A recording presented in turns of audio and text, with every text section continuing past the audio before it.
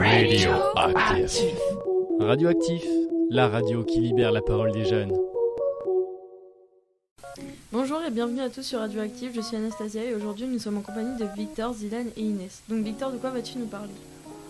Bonjour tout le monde, aujourd'hui je vais vous parler de la série Arcane.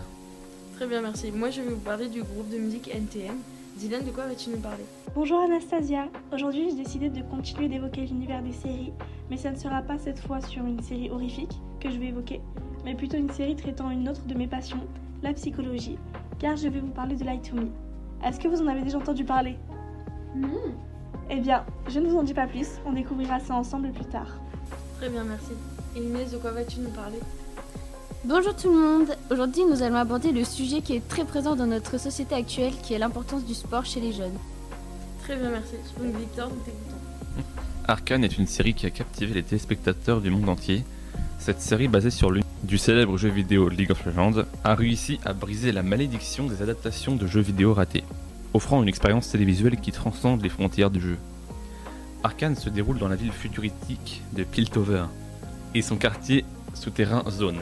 Ces deux mondes, bien que proches géographiquement, sont des mondes à part en termes de technologie, de richesse et de philosophie. Au cœur de cette histoire, nous suivons deux sœurs orphelines, Vi et Powder, qui se retrouvent impliquées dans un vol qui tourne mal et le début d'une guerre des gangs à Zone. Ce conflit a de grandes conséquences pour les deux villes et met en lumière les disparités économiques entre elles.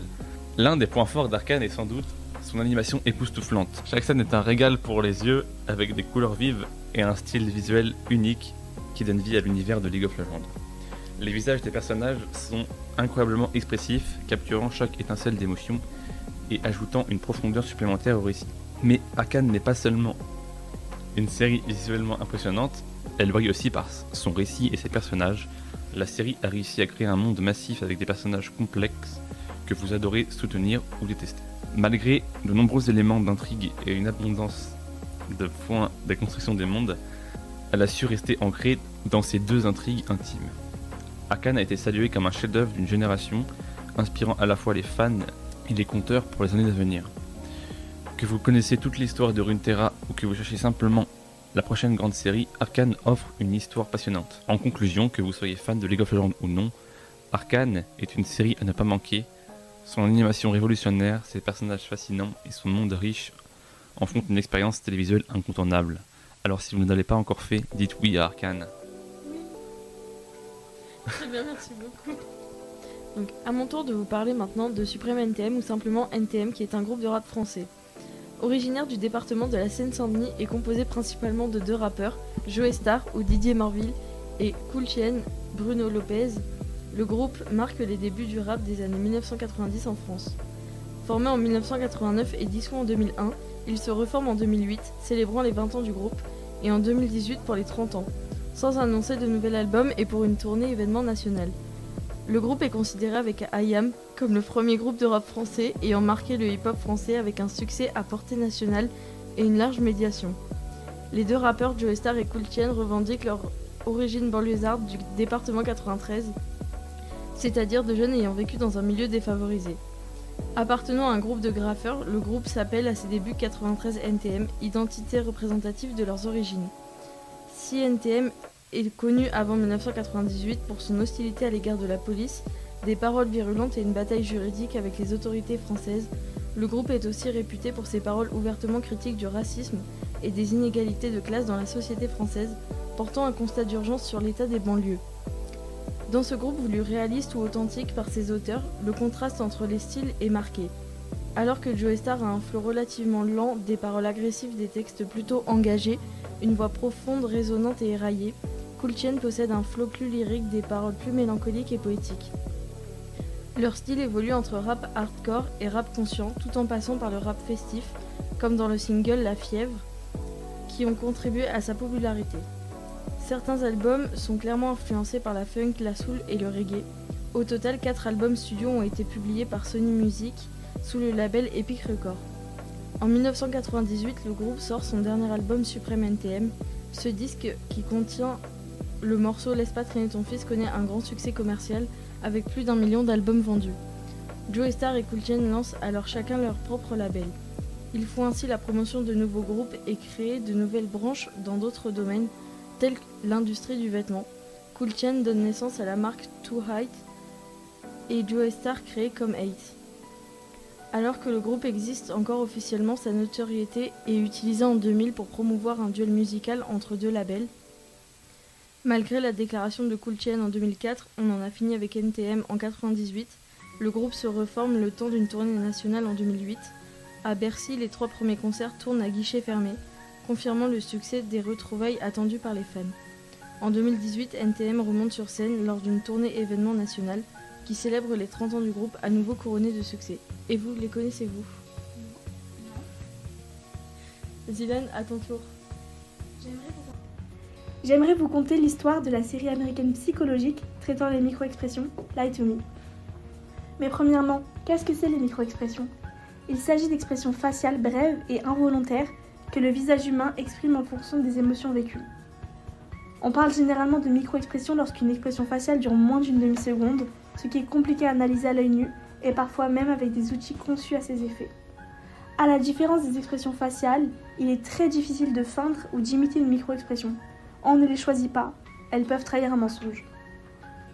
Elles sont également analysées par les mentalistes, qui peuvent généralement deviner ce que la personne pense, uniquement à travers ces petites secondes.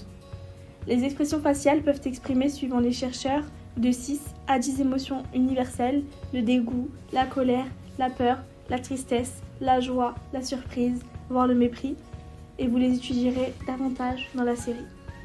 Mais qu'est-ce que c'est Lie to Me?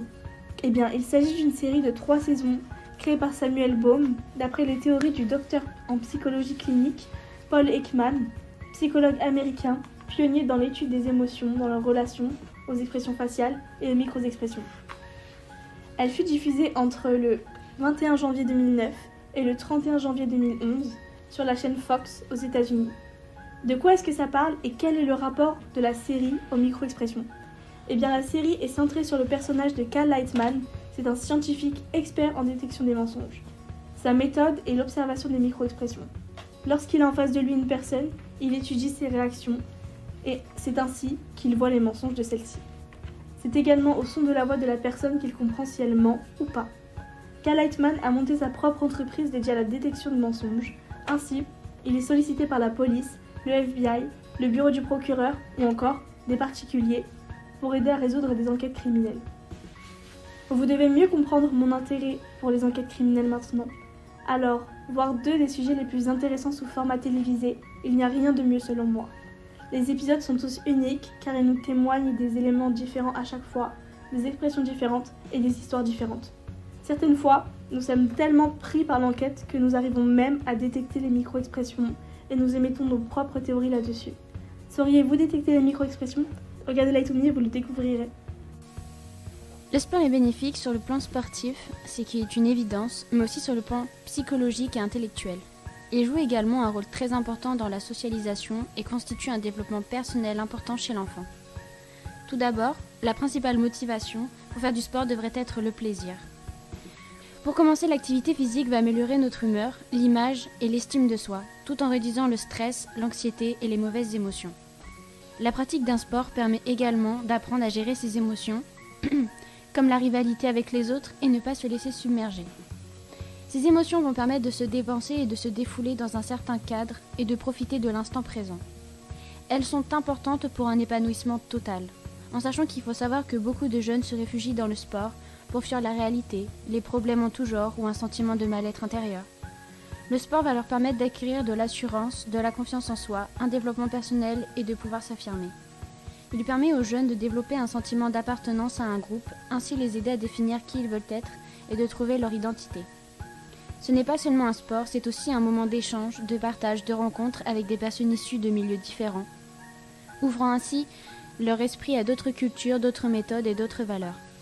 Le sport est un excellent moyen de faire de nouvelles rencontres. Ça va leur permettre de rencontrer des personnes qui ont les mêmes centres d'intérêt et de créer un lien social, tout en respectant des règles et se respecter les uns les autres.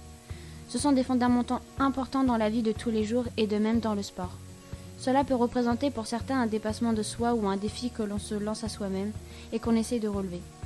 L'activité sportive a de nombreux effets positifs sur notre santé mentale et physique. Physique comme la musculation de notre corps, un mental qui va se développer, et un épanouissement ou encore une bonne hygiène de vie. Dans un certain cas, elle va aussi permettre de se protéger contre certaines maladies et de lutter contre la sédentarité qui touche de plus en plus de jeunes dans notre société actuelle. Donc pour moi, c'est une bonne façon d'enseigner aux jeunes des conseils, d'apprendre et d'expérimenter de nouvelles expériences et leçons de vie pour l'avenir. Pour résumer, le sport va augmenter votre niveau d'énergie, de renforcer vos muscles, une meilleure hygiène de vie et de santé, et par la même occasion votre endurance. Et maintenant, qu'attendez-vous pour vous y mettre ? Très bien, merci beaucoup. Merci à tous d'avoir participé et à bientôt pour une nouvelle chronique. Au revoir. Radioactif. Radioactif, la radio qui libère la parole des jeunes.